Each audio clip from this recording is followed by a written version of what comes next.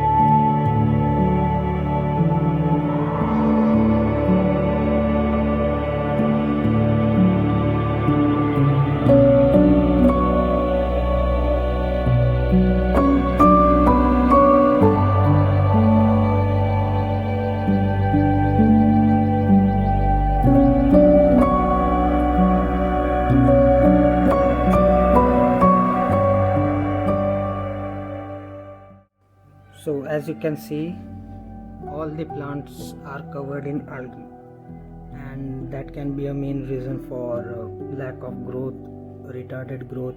Especially in Kabomba, it's been I guess 2 months since the last trimming session, and they have not grown even an inch. So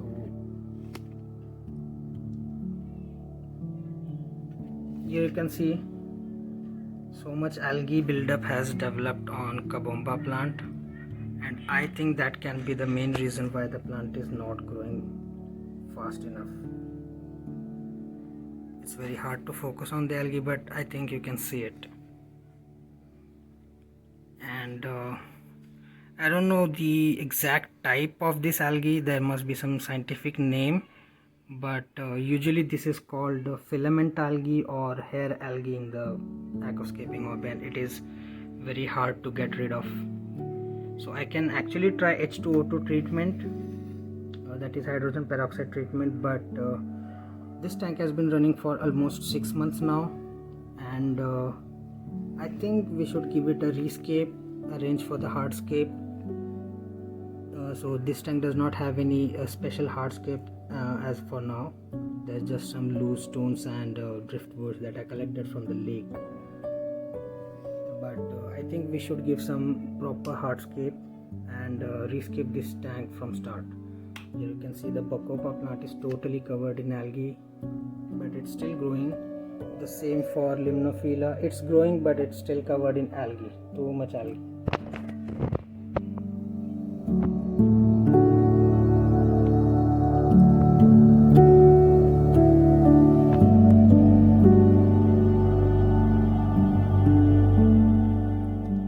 So that's why we are going to tear down this whole tank and start it all over again.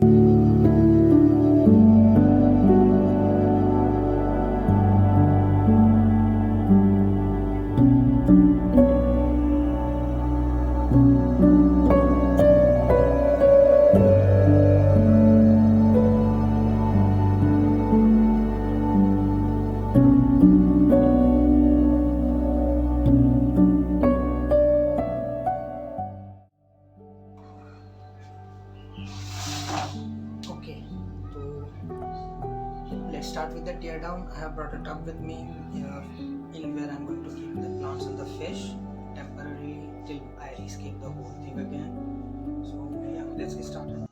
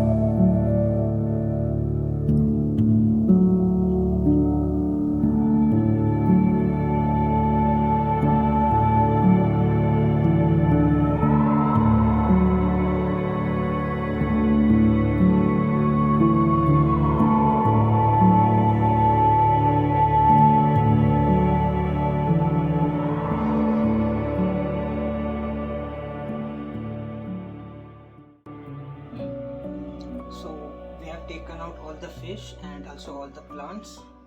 The only thing I did not find in this tank is the assassin snail. So what we are going to do now is we are going to take out the substrate and keep it separately. The gravel will be kept separate and the sand will be kept separate. The dirt will be cleaned out, and hopefully during that process we will find our assassin snail. Okay, so I finished taking out all the substrate. I don't know if you can see. There's just a little bit of dirt remaining inside. And it was really tiresome work. So you can see I'm sweating and all, even though it's cold outside. It's raining here where I live, and it was very tiring work. So the only thing remaining right now is